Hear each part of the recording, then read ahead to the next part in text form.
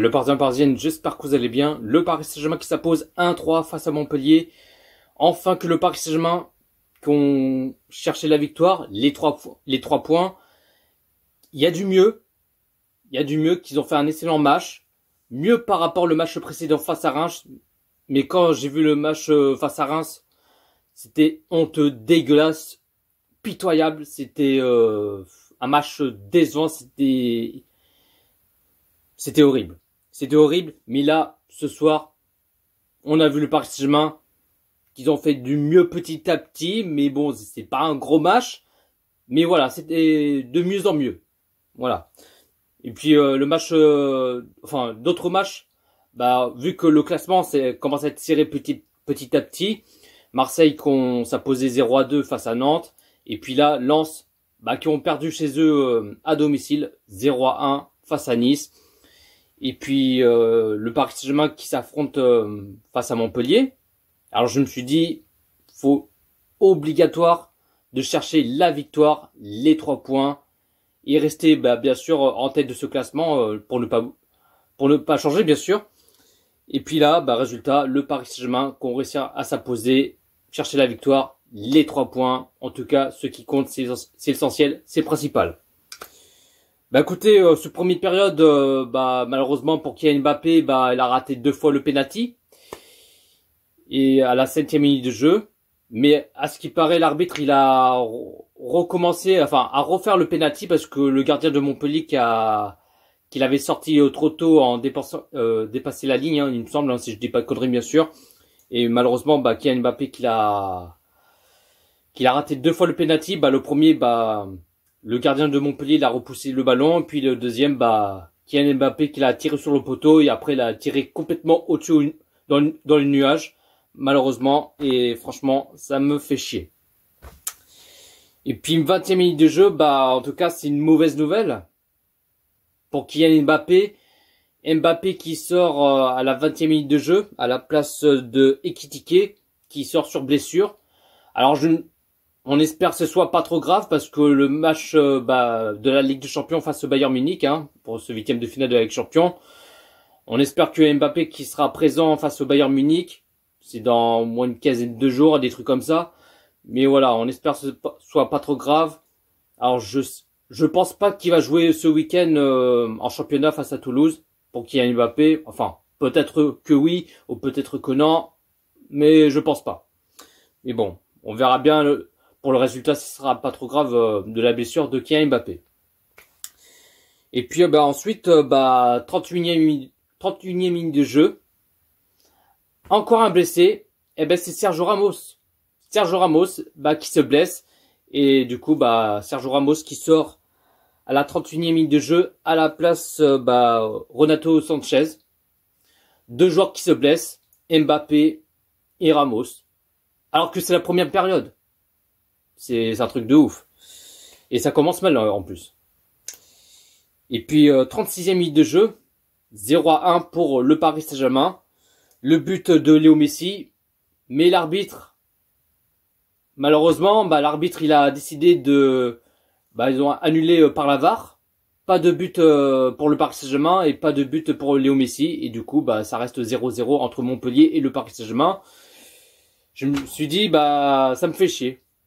Pas de but, mais bon. Je me suis dit, je pense que le Paris Saint-Germain, ils vont marquer au moins un but, un deuxième et tout ça. Et puis, en fin de compte, première période, 0-0 entre Montpellier et le Paris Saint-Germain. Deuxième période, 53e minute de jeu, 0-1 pour le Paris Saint-Germain. Le but, Hakimi. En tout cas, le but de Hakimi, il est incroyable. Le but, il était magnifique. Mais malheureusement, l'arbitre, il est têtu comme une mule. L'arbitre, il commence à me casser les bonbons, pour être poli. J'ai pas envie de dire des gros mots, mais voilà. Mais l'arbitre, il commence à me gonfler, sérieux. Et l'arbitre, il a décidé de annuler par la VAR. Encore une fois. Et en fin de compte, ça reste 0-0 entre Montpellier et le Paris Saint-Germain. Pas de but pour le Paris Saint-Germain et pas de but pour Hakimi. Ça me fait chier et ça commence à gonfler. En plus, ça aurait pu faire un 0-3 pour le Paris Saint-Germain, ou plutôt, enfin, même 3-4-0, quoi, j'ai envie de te dire. Si ça reste pour un large de victoire. Mais en fin de compte, malheureusement, non. Et puis, 2 minutes plus tard, 55e minute de jeu, 0-1 pour le Paris Saint-Germain, le but Ruiz. Et là, je me suis dit, est-ce que l'arbitre, il va encore annuler pour le but pour le Paris Saint-Germain ou pas? Et en fin de compte, non, l'arbitre, il a bien validé le but pour le Paris Saint-Germain et Ruiz qui marque son but. Et il me semble, je crois, si je dis pas de conneries, Ruiz qui marque son premier but sur le couleur rouge et bleu du Paris Saint-Germain. Hein. Reprenez-moi si je me trompe. Et Ruiz qui marque son premier but. En tout cas, très content pour Ruiz qui marque son premier but. Hein. Enfin non, je crois pas qu'il marque son premier but, c'est son deuxième. Oh, je sais plus. Enfin bref. Mais en tout cas, très content que Ruiz qui marque son but, voilà. Et puis 69e minute de jeu.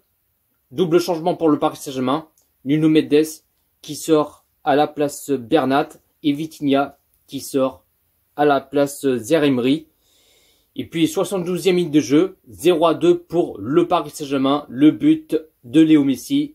Là, enfin, on a vu que le Paris Saint-Germain, il y a de mieux, petit à petit, qui montent en puissance, qu'ils ont créé beaucoup des occasions, qu'ils enchaînent, qu'ils ont envie de chercher un petit deuxième, mais en tout cas, c'est ce qu'ils ont fait. Un deuxième but pour le Paris Saint-Germain, et Messi qui marque son petit but, qu'il a mis un petit lob face au gardien, tranquillement.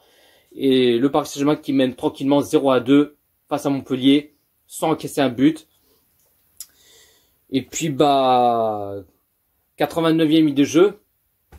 Malheureusement, Montpellier qui marque un but. On encaisse un but bêtement, comme une grosse merde, hein, j'ai envie de te dire. Et puis là, à la fin du match, dans les temps additionnels, on a vu que Montpellier, depuis qu'ils ont marqué un but, on a vu que Montpellier qu'ils ont envie de ne rien se lâcher, qu'ils ont envie de se égaliser, qu'ils ont envie de chercher l'égalisation pour qu'ils mettent de partout. Mais nous, avec le Paris Saint-Germain, on a vu que nos joueurs qui commencent à reculer, paniquer, stresser, ne pas encaisser un deuxième but. Et là, je me suis dit, là, ça sent pas bon parce que depuis que Montpellier marque un but, là, on a vu que le Paris Saint-Germain, là, il commence à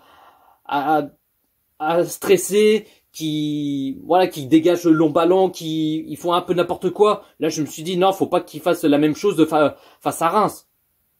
Donc, voilà, mais là, après, là, dans le temps additionnel, 90e minute de jeu, enfin, plutôt entre guillemets, 92e minute de jeu, 1-3 pour le Paris Saint-Germain, le but Zaïre-Emery. Zaïre-Emery qui marque son premier but sous le couleur rouge et bleu du Paris Saint-Germain. Et en plus, il est plus jeune. Il a seulement 16 ans. 16 ans, Zaïre-Emery, hein. Mais en tout cas, bravo à lui. Très content qu'il marque son premier but sur le couleur rouge et bleu. Il a seulement 16 ans. Incroyable. Et franchement, bravo à lui. Très content qu'il a marqué son but. Et voilà. Et du coup, le score final, le Paris Saint-Germain qui s'impose 1-3 face à Montpellier. Je trouve que le Paris Saint-Germain ils ont fait mieux en deuxième période que là par rapport en première période, parce qu'on a vu en première période c'était coussa, mais on a vu là en deuxième période il y a du mieux, qu'ils enchaînent, qu'ils ont créé beaucoup des occasions, mais là ils ont compris leur leçon, qu'ils ont réagi, qu'ils ont envie de chercher la victoire, les 3 points. En tout cas, c'est ce qui compte, c'est le principal. La compo de Christophe Galtier qu'il a mis en 4-4-2, en gardien Donnarumma, défenseur gauche Nuno Mendes, défenseur droit Hakimi, défenseur central Marquinhos, Sergio Ramos, milieu sentinelle Danilo, milieu gauche Vitinha, milieu droit Ruiz, milieu meneur Soler et 2 attaquants Mbappé et Léo Messi. Le Paris Saint-Germain qui a fait 67% le possession de balle. Côté Montpellier qui a fait 33% le possession de balle. Le Paris Saint-Germain qui a fait 19 tirs et 8 tirs cadrés. Et côté Montpellier qui a fait 6 tirs et 3 tirs cadrés. Donc voilà la team, pas plus à dire. En tout cas, je suis très content que le Paris Saint-Germain s'impose. La victoire, les 3 points et ainsi de suite. Et puis, bah écoutez, bah vous direz dans les commentaires ce que vous en pensez de ce match Montpellier-Paris Saint-Germain. Likez, commentez, partagez et on est carré. Sur ce, prenez soin de vous la team. Et si c'est Paris.